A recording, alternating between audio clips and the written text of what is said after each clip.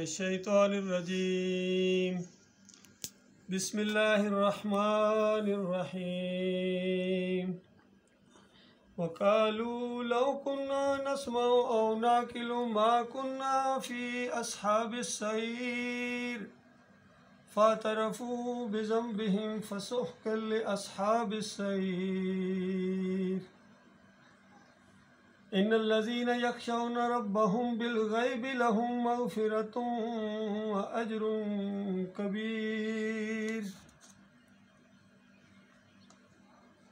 ये सूरह अल-मुल्क की आयतें हैं। अल-मुल्क यानी हुकूमत, बादशाही, इस पूरी कायनात की बादशाही अकेले अल्लाह की है। उस अकेले ने इस कायनात को बनाया है और अकेला चला रहा है। और एक वक्त आएगा पुकार कर कहा जाएगा लिमनिल मुल्क अल यौम, आज हुकूमत किसकी है। कोई आवाज़ ना आएगी सिवाय इसके कि लिल्लाहिल वाहिदुल क़हार, अल्लाह की जो अल-वाहिद है, अल-क़हार है, यानी वो अकेला है। उसको कोई ज़रूरत नहीं पड़ी हुई थी कि इंसानों तुम्हें उसने पैदा किया है। वो अपनी ज़ात में आप महमूद है। उसकी असल तारीफ़ ही वही है जो ख़ुद उसने अपनी की है। और हमें बताया कि अगर सातों समुंदर स्याही बन जाएं और इतने समुंदर तमोर ले आओ और सारी दुनिया के दरख्त कलम बन जाएं और अल्लाह की तारीफ़ें, अल्लाह की बातें लिखना शुरू कर दो, तो ये सारे समुंदर खुश्क हो जाएं, कलम घिस जाएं, लेकिन अल्लाह की बातें ख़त्म ना हो।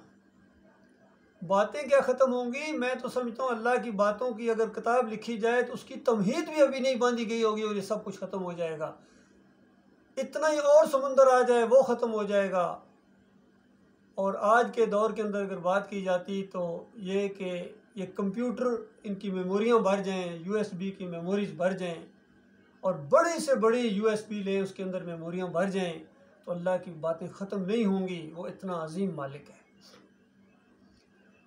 तो ये वक्त आने वाला है, क़यामत का नक्शा खींचा गया है कि एक ग्रोह ने अब जन्नत में जाना है, एक ग्रोह ने जहन्नमी होना है। एक इम्तहान लिया गया सा है दुनिया के ऊपर इंसानों को पैदा करके, वमा खलक़तुल जिन्ना वल इंसा इल्ला लियअबुदून।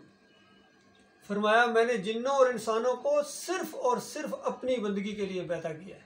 हसर का ये सीगा है कि उनकी पैदाइश का मकसद सिर्फ ये है कि वो मेरी बंदगी करें, मेरी ग़ुलामी को साबित कर दे एक दफ़ा कि ये मेरे अलावा किसी और के ग़ुलाम नहीं है। बंदगी मेरी करें, बस थोड़ी करें, ज़्यादा करें, ये तौफीक का मामला है जिसको अल्लाह ताला ने जितनी सलाहियत दी है और वो किस हद तक वो उस सलाहियत से फ़ायदा उठाता है, और कौन है जो उससे कम दर्जे पर रहता है, और कौन है जो उन सलाहियतों को ज़ाया कर देता है, इसका फ़ैसला होने वाला है। और उसका मंज़र खींचा गया है।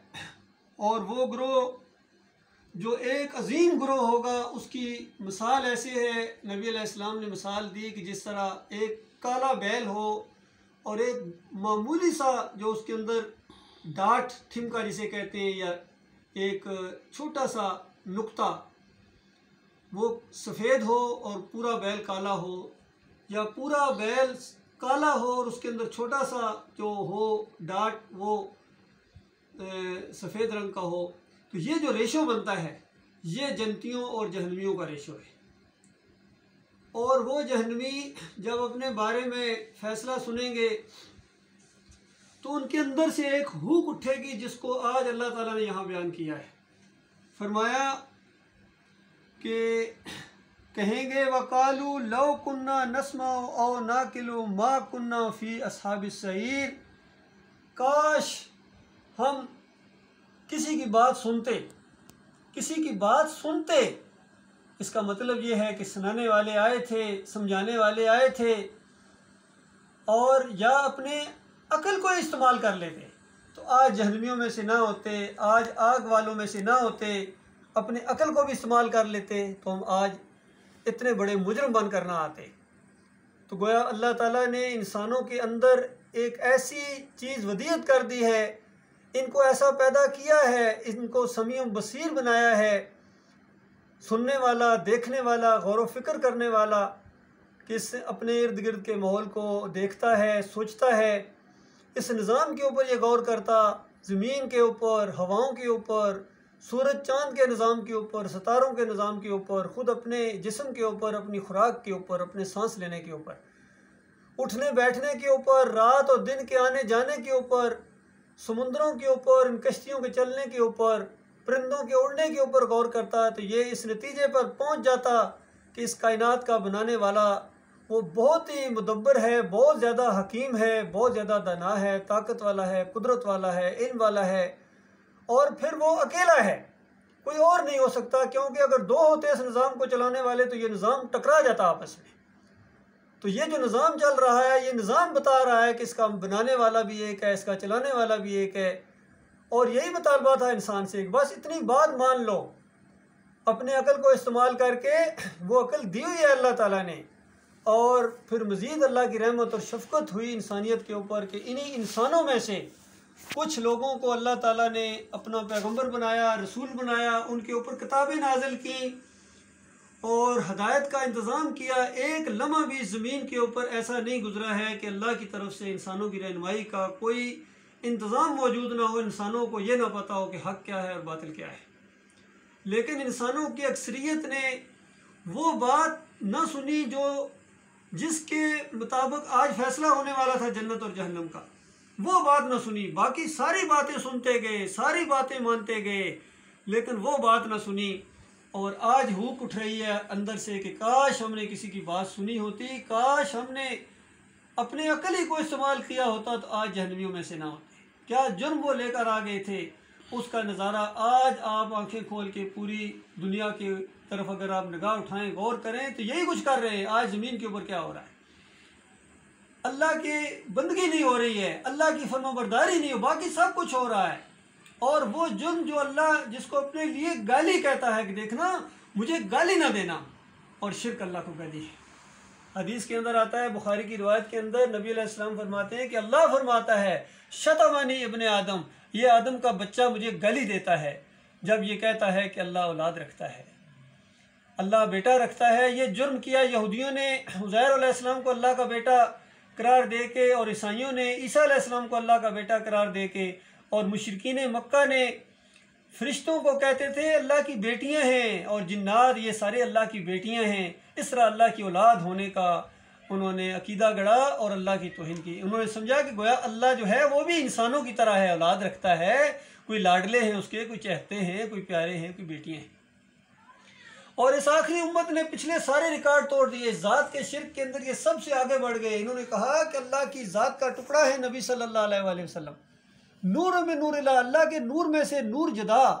पहले अल्लाह को नूर बनाया इन्होंने, हालांकि अल्लाह नूर का खालिक है, वो खुद नूर का नहीं है, वो नूर का रब है। और वो खुद क्या है, लैसा कमिस्लिही शैउन, उसकी कोई मिसाल नहीं है। इस पूरी कायनात में कहाँ से मिसाल लाओगे कि अल्लाह इस तरह का है। जो चीज़ भी जिस चीज़ की तरफ तुम्हारा ध्यान जाएगा या उंगली रखोगे वो तो अल्लाह की मखलूक है, तो मखलूक की तरह कहोगे अल्लाह इस तरह है, ये बहुत बड़ा जुर्म है, ये अल्लाह को गाली है। तो फिर इन्होंने जो है वो नूर में से जुदा करके कहते हैं नबी अलैहिस्सलाम की जो पैदाइश है ये आम इंसानों की तरह नहीं हुई है। और लिखने वाले कौन है, बड़े बड़े मुजद्दिद अल्फ़सानी, दूसरी 1000वीं सदी के ये मुजद्दिद हैं, और अहमद सरीदीन का लक़ब है। और फिर अशरफ अली थानवी साहब हैं, फिर आला हज़रत हैं, और फिर और कितने हैं। सारे अजीम अक्सरियत इन मुसलमानों की, ख़ास कर ये जो बर्रे सगीर के अंदर पाई जाती है, इनका ये अकीदा है, इनकी रगों का खून है ये अकीदा।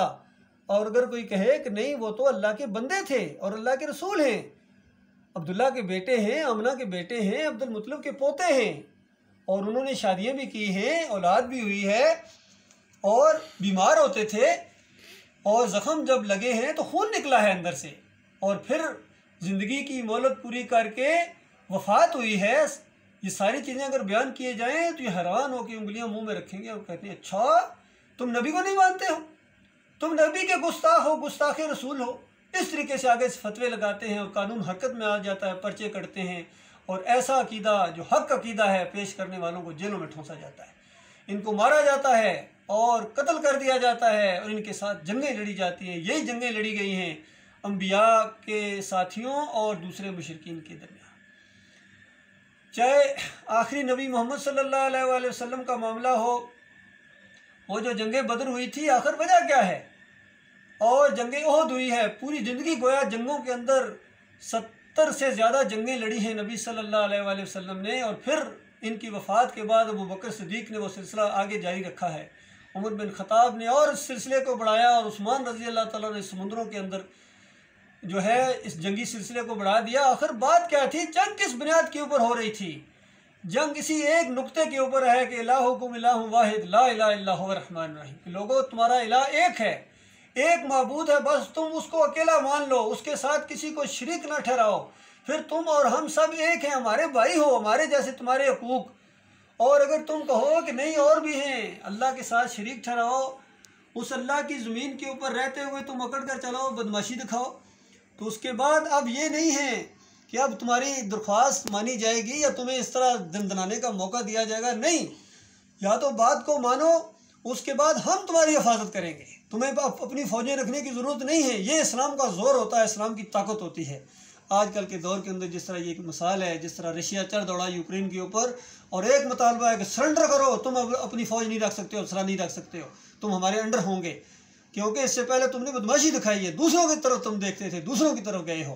तो इस अंदाज से ये मामला है। इस्लाम का ये अंदाज था कि जब दावत दी जाती थी अस्लिम तस्लिम, कि इस्लाम कबूल करो, तुम बिल्कुल महफूज रह जाओगे, और अगर इस्लाम भी कबूल ना करो और कहो कि हम अपने इलाके में ये बदमाशी दिखाएंगे, ये नहीं चलेगा। फिर उसके बाद फिर दूसरी सूरत अभी भी मौका दिया जाता है, वो ये है कि तुम छोटे बनकर रहो, जलील बनकर रहो, जिजिया दोगे तुम मुसलमानों को, और तुम्हारी प्रोटेक्शन हम करेंगे, और ये भी अगर तुम्हें गवारा नहीं है तो उसके बाद मैदान हाजिर है, तलवार फैसला कर देगी। तो इस अंदाज से ये बात आगे बढ़ी थी।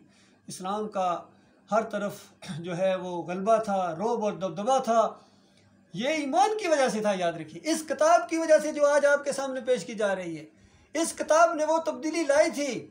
उमर बिन ख़त्ताब अपने दौर के अंदर यही किताब लोगों को दिखाते थे और कहते थे कि मैंने अल्लाह के रसूल सल्लल्लाहु अलैहि वसल्लम से सुना है, इन्नल्लाह यरफ़अ बिहाज़ल किताब अक़वामा, कि अल्लाह ताला इस किताब के ज़रिए कौमों को बुलंदी अता फरमाता है, पस्तियों से उठाता है। गोया बताया कि हम तो भेड़ बकरियां चराने वाले, किस तरह हम उम्मी लोग थे, पढ़ना लिखना नहीं जानते थे, लेकिन मालिक ने कहाँ से उठाया, आज दुनिया के ऊपर तुम्हारा रोब और दबदबा है, कोई कौम तुम्हारे साथ आंख मिलाने की जरूरत नहीं कर सकती है। याद रखना, ये इस किताब की वजह से है। वजदा भी आखिरीन, और जो दूसरे हों जो इस किताब को न माने और इस किताब के सामने सरेंडर ना हों, तो उनको अल्लाह ताला अगर इससे पहले वो बुलंदियों तक पहुँचा चुका है, तो उसके बाद अल्लाह ताला इनको ज़लील और ख्वार करेगा। तो अल्लाह की ये बात, अल्लाह के रसूल सल्लल्लाहु अलैहि वसल्लम की बात किस तरह सच्ची साबित हुई। मालिक ने पहले कह दिया था, वान तुमुल आलौना इन कुंतुम मोमिनीन, तुम सर बुलंद रहोगे अगर तुम मोमिन बन जाओ। जब वो मोमिन बने थे तो उनके सर बुलंद हुए थे, अल्लाह ताला ने उनको इज्जत दी थी। उन बान की जूतियाँ पहनने वाले, भेड़ बकरियाँ चराने वाले, और तादाद में कमी, वसाइल में कमी, असला वो नहीं था जिस तरह दूसरी कौमों के साथ था। कैसर किसरा के बड़े बड़े ब्लाग, मजबूत फौजें उनकी अपने पूरे साजो सामान के साथ सरेंडर कर गई थी, क्योंकि अल्लाह अकबर पुकारने वाले थे। एक तकबीर का नारा लगता था, अल्लाह को अपना मालिक और खालिक मानते थे, ना अपने असले पर भरोसा, ना अपनी तादाद पर गुर्रा, और हर तरफ हर वक्त अल्लाह की तरफ ध्यान जाता था। आज ये बात ख़त्म हो गई है, मुसलमानों के अंदर टुकड़े टुकड़े हो गए हैं, और 56 या 57 इनकी इस्लामी रियासतें होने के बावजूद ये आपस में न एक है, और इनकी आंखों के सामने इनके दुश्मन ऐसे ऐसे अंदाज से उन्होंने एका किया हुआ है, चाहे अक़वाम मुत्तहिदा के नाम से, चाहे ये नेटो फोर्सेस के नाम से, और ऐलान के साथ वो कहते हैं कि एक के ऊपर हमला, सब के ऊपर हमला माना जाएगा। इन अपनी आंखों से ये मुसलमान देखते हैं और उनको ज़रा ख्याल नहीं आता कि हम ये काम क्यों नहीं कर रहे हैं, हमने ये अंदाज़ क्यों नहीं इख्तियार किया है। क्यों? इनके अंदर शिरक आने के बाद जब ये मुशरिक बन गए हैं, तो इनके दिमागों के अंदर नफरतें पैदा हो गई हैं, खुदगर्जियाँ पैदा हो गई हैं, लालची बन गए हैं, दुनियादार बन गए हैं। इस वजह से ये ज़िल्लत और ख्वारी इनके हिस्से में आई है। आज भी अगर ये ज़िल्लत और ख्वारी से बचना चाहते हैं, और सबसे बड़ी ज़िल्लत और ख्वारी जो मैदान महशर में आने वाली है, उस वक्त जब कहा जाएगा वमताज़ुल यौम अय्युहल मुजरिमून, आज मुजरिमों अलहदा हो जाओ, आज तुम्हारी खबर लेने के लिए वक्त आ गया है। और अल्लाह के अलावा जो भी किसी और को पूजता रहा है, चाहे वो ईसा अलैहिस्सलाम का पुजारी था, चाहे उज़ैर अलैहिस्सलाम का पुजारी है, चाहे लात मनात और हुबल के पूजने वाला है, चाहे आज के ये मज़ार परस्त, दरगाह परस्त और मकबरे और गुम्मत की परस्तिश करने वाले ये फ़िरका परस्त बन गए हैं, मुशरिक बन गए हैं, इनकी अक्सरियत मुशरिक बन गई है। इस वजह से ये हर तरफ जो है पूरी ज़मीन के ऊपर आज ये अंगारे बरसाए जा रहे हैं, अल्लाह की तरफ से आग बरसाई जा रही है। अंदाज़ा लगाएं यूक्रेन के वो फौजी जंगी हालात देखें, अकल हैरान है किस तरह मिसाइलों की बारिश होती है इनके ऊपर। इससे पहले पुराने वाक़यात सुनते थे कि ये हलाकू खान है, ये चंगेज़ खान है, जिस इलाके को रौंदते हैं वहाँ आग लगा देते हैं, बस्तियों के अंदर खोपड़ियों की मीनार बनाते हैं। तो हैरानगी होती थी कि इन मुसलमानों के साथ, इन इंसानों के साथ ये मामला होता है। तो बताओ, उससे ज़्यादा ये बड़ी बड़ी बिल्डिंगें और बड़े बड़े जितने इनके प्रोजेक्ट होते हैं, मिनटों सेकंड्स के अंदर किस तरह तबाह और बर्बाद कर दिए जाते हैं। जिस दुनिया की खातिर तुमने अपने मालिक और खालिक को बुला दिया, तो उस दुनिया के साथ मामला क्या करता है अल्लाह ताला। और ये शिर्क की वजह से है, कुफर की वजह से है। और पुकारो अल्लाह के अलावा किसी और को, और अल्लाह के बेटे करार दो। बताओ कहाँ गए तुम्हारे माबूद, क्यों नहीं पुकारते उनको, ये इसके सदर की क्यों मदद को नहीं आते। तो ये मामला अल्लाह ताला ने दुनिया के अंदर दिखाया है कि देखो ये मामला होने वाला है। और बात अगर ना मानी और इसी शिर्क और कुफर के ऊपर जमे रहे, इसी अल्लाह की साथ गद्दारी, और अपने मुल्क का देखिए आज हमारे मुल्क के अंदर क्या मामला है, किस तरीके से ये जो जमहूरियत का निज़ाम, ये बदतरीन निज़ाम हुकूमत है। यकीन कीजिए, एक दूसरे के ऊपर लान तान, गाली गलोच, नफरतें, और फिर तोड़ फोड़, तो ये सब कुछ करते हैं। अंदाज़ा लगाइए क्या मामला है, ये जमहूरियत की वजह से है। और इनको सबको पता है कि दीन इस्लाम बेहतरीन है, सब जानते हैं, मिसालें देते हैं, कभी मदीना रियासत बनाने की, कभी नबी अलैहिस्सलाम की मिसालें, कभी सहाबाए किराम की मिसालें, इस तरीके से देते हैं। और गौर नहीं करते हैं क्या वो इस तरह के थे, और वो 13 साल मक्का के अंदर जो माहौल बना था उसको भूल जाते हैं। तो इनको कोई बताने वाला नहीं है, और अगर बताने वाले आए भी तो सुनते ही नहीं हैं, ना गौर व फिक्र करते हैं। और उस वक्त इनके अंदर से हुक उठेगी कि काश हमने किसी की बात सुनी होती, काश किसी की बात मान ली होती, अपने दिमाग को इस्तेमाल कर लिया होता, आज जहन्नमी ना होते। और जहन्नम का जो नक्शा अल्लाह ताला ने खींचा है, अल्लाह अपनी पनाह में रखे कि उसके मुकाबले में ये दुनिया की बड़े से बड़ा जो आप तसव्वुर कर सकते हैं किसी जेल को, बड़े से बड़े अजाब को, जुल्म और ज्यादती को, यानी दुनियावी लिहाज से, वो जहन्नम के मुकाबले में कुछ भी नहीं है। वो जहन्नम के अंदर खून और पीप की वादियाँ होंगी और आग के समुंदर होंगे। अंदाज़ा लगाइए, आग के समुंदर होंगे वहाँ। और उनके अंदर इंसानों को जब डाला जाएगा, तो ऊपर से जब डाला जाएगा तो नीचे पहुँचते पहुँचते 70 साल गुजर जाएंगे। अंदाज़ा लगाइए, वहाँ से फिर निकाले जाएंगे, फिर फेंके जाएंगे, और बड़े बड़े वहाँ पहाड़ हैं जिनके ऊपर चढ़ाया जाएगा, आग अंगारा बने हुए, तो उसके ऊपर से फिर फेंका जाएगा नीचे जहन्नम की वादियों के अंदर। गले के अंदर ऐसा तोक डाल दिया जाएगा, 70 गज लंबी जंजीर, और वो फरिश्तों के हाथ में होगी, खींचेंगी कभी इस वादी में कभी उस वादी में, और फिर हमेशा हमेशा के लिए जिस्म से कभी अलग ना होगी। ये सब कुछ होगा। और उस तरह इनके सर हो जाएंगे जिस तरह भुनी सिरी होती है, ऊपर वाला ऊँट ऊपर सूझ कर ऊपर चढ़ जाएगा, और नीचे वाला ऊँट नीचे नीचे उतर आएगा। और ये खूबसूरत चेहरे वहाँ हमेशा हमेशा की बदबू के अंदर हमेशा हमेशा रहेंगे, चीखेंगे, पुकारेंगे, और हर तरीका इख्तियार करने के बाद जो आखिरी हुक उठेगी इनकी, और फरिश्ता मालिक जो होगा वहाँ का इंचार्ज, वहाँ का जो सुपरिटेंडेंट जेल होगा गोया जैसा यहाँ होता है, उसको फरियाद करेंगे कि ए मालिक दारोगा जहन्नम, हमारी तो फरियाद नहीं, अल्लाह सुनता है, अब तू अल्लाह को पुकार। और हमारा सिर्फ इतना एक बात है, इतनी गुजारिश है कि हमें, अब ज़्यादा बात है यहाँ से निकाला तो नहीं जाएगा, लेकिन अगर रोज़ एक लम्हे की थोड़ी सी कमी कर दी जाए, हम ये भी नहीं कहते हैं कि एक लम्हा छुट्टी और वहाँ ब्रेक कर दी जाए, एक लम्हा कुछ अजाब के अंदर कमी कर दी जाए, तो ये जो दरख्वास्त होगी ये भी मुंह के ऊपर मारी जाएगी और कहा जाएगा कमी का मामला छोड़ो, अब अजाफा होता चला जाएगा तुम्हारे अजाब के अंदर। तुम वो लोग हो जो अल्लाह के अलावा दूसरों को पुकारते थे, या अली मदद के नारे तुम लगाते थे, या रसूल मदद के नारे तुम लगाते थे, तावीज़ गंडे पर भरोसा था तुम्हें, और अपनी दरगाहों और मंदिरों और मज़ारों के ऊपर तुम्हें भरोसा था, और अल्लाह रब्बुल आलमीन को तुम मानते नहीं थे, अल्लाह को अकेला नहीं मानते थे, और मानते थे तो शिर्क के साथ मानते थे। वमा युमिनु अक्सरुहुम बिल्लाहि इल्ला वहुम मुशरिकून, अक्सरियत मानती है, साथ साथ शिर्क भी करती है, वास्ते वसीले का शिर्क, पुकारों का शिर्क, नज़र न्याज़ों का शिर्क, ये सारे शिर्क जो पिछली कौमों के अंदर थे इस आखिरी उम्मत के अंदर आ गए हैं। बहुत कम लोग हैं जो इससे बचे हैं, और जो बचे हैं उनके ऊपर अल्लाह का एहसान हुआ है। मेरे भाइयों, ऐसों के लिए मालिक फरमाता है इन्नल्लज़ीना यख़शौना रब्बहुम बिल ग़ैब लहुम मग़फ़िरतुम व अज्रुन कबीर, कि जो अल्लाह से डर गए, बिन देखे अपने मालिक और खालिक को उन्होंने अपना माबूद मान लिया, अकेला माबूद मान लिया कि वो हमारा दाता है, वो हमारा दस्तगीर है, वो हमारा मुश्किल कशा है, वो हाजत रवा है, वो सुनता है, वो दिल के वसवसे को जानता है, वो बराह रास्त सुनता है, कोई वास्ते और वसीले की दीवारें अपने हमारे मालिक और खालिक के दरमियान है। वो हमारी माँ से 70 करोड़ से भी ज़्यादा गुना मोहब्बत करने वाला मालिक है, और वो खुद कहता है मुझे पुकारो मैं तुम्हारी दुआओं को सुनता हूँ। क्यों यकीन नहीं आता है? बाकी जिनको यकीन आ गया, ये सही मानों में जो लोग हैं ये अल्लाह के रहमत के अंदर आने वाले हैं, इनके लिए मग़फ़िरत है। अजर कबीर अंदाज़ा लगाइए, जिसको अल्लाह कबीर कहे वो क्या चीज़ होगी। पूरी दुनिया जिसकी खातिर आज मरे जा रहे हैं, अल्लाह ताला कहता है मुताउन कलील वला तश्तरू बियाती समनन कलीला। और मेरी आयात के बदले में, और दीनदारी की बजाय दुकानदार बनने वालों, अल्लाह के दीन को हकीर मुआवजे के ऊपर बेच देने वालों, दुनिया के खातिर अपने मालिक और खालिक को नाराज़ कर देने वालों, तुम दीनदार होते तो अल्लाह ताला तुम्हें इससे ज़्यादा नवाजता। तुम इस हकीर बात के ऊपर राज़ी हो गए, तो वहाँ अल्लाह ताला ने अजर कबीर तैयार करके रखा हुआ। एक मोमिन की जो बादशाहत होगी वो ज़मीन और आसमान जितनी होगी, हमेशा के लिए वहाँ बादशाही के मालिक बना दिए जाएंगे।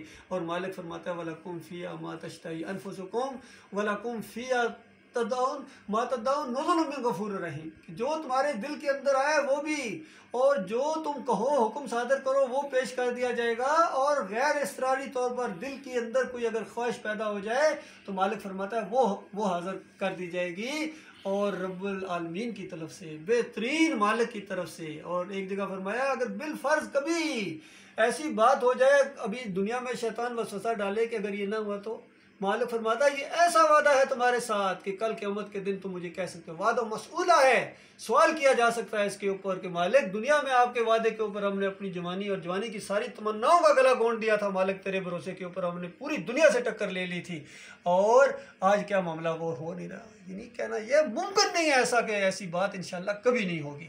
अल्लाह ताला ईमान खालिस के ऊपर कायम रखे, सबको, सब इंसानों को अल्लाह ताला ईमान खालिस से नवाजे, और ये फ़िरका बंदी का शिर्क, जमहूरियत का शिर्क, हर शिर्क से ये निकलें, तौबा करें, खालिस अल्लाह वाले बन जाए, और अल्लाह ताला की रहमतों की बारिश इनके ऊपर होगी। वक़ूलु क़ौली हाज़ा अस्तग़फ़िरुल्लाह ली व लकुम।